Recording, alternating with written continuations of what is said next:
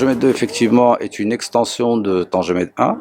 qui permet de tripler la capacité de trafic conteneurisé au niveau du complexe portuaire Tangemed pour passer de 3 millions à 9 millions de VP par an. Donc cela nous permet de renforcer l'ancrage du Maroc à son espace euro-méditerranéen,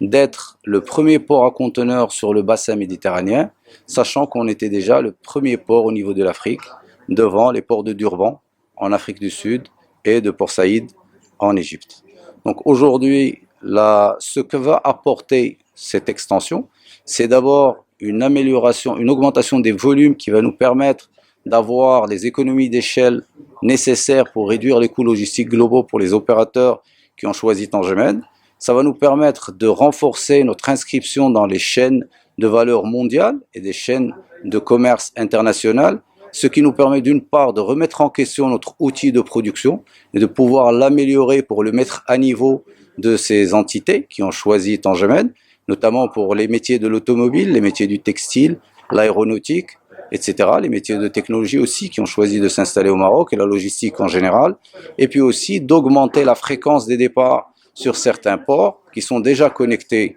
au Maroc pour améliorer la connectivité globale qui est un facteur clé de compétitivité depuis le premier jour pour le port Tangemed. En 2018, Tangemed a enregistré un trafic de conteneurs global de 3,47 millions de VP, près de 500 000 voitures neuves,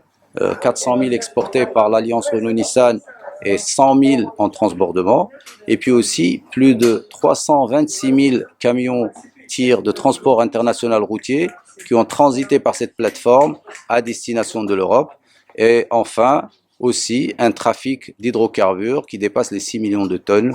a été enregistré en 2018. Maintenant, avec Tangemed 2, donc la capacité aujourd'hui, elle sera de 9 millions de VP, ce qui va nous permettre de continuer la croissance enregistrée depuis l'ouverture du premier terminal à conteneurs en 2007 et nous permettre de jouer des rôles prépondérants au niveau du West-Med pour cette activité. Aujourd'hui, effectivement, c'est une capacité, le 9 millions de VP est une capacité, mais qui s'associe à des contrats de prestations avec des volumes minimum garantis de players internationaux comme Maersk avec AP Moller Terminals, et effectivement, à horizon 2025 ou 2030, nous pouvons espérer être le premier port en termes de volume en Afrique et aussi dans le top 20 mondial. Les technologies qui ont été mises en place au niveau de Tangemed 2 par l'opérateur de terminal AP Moller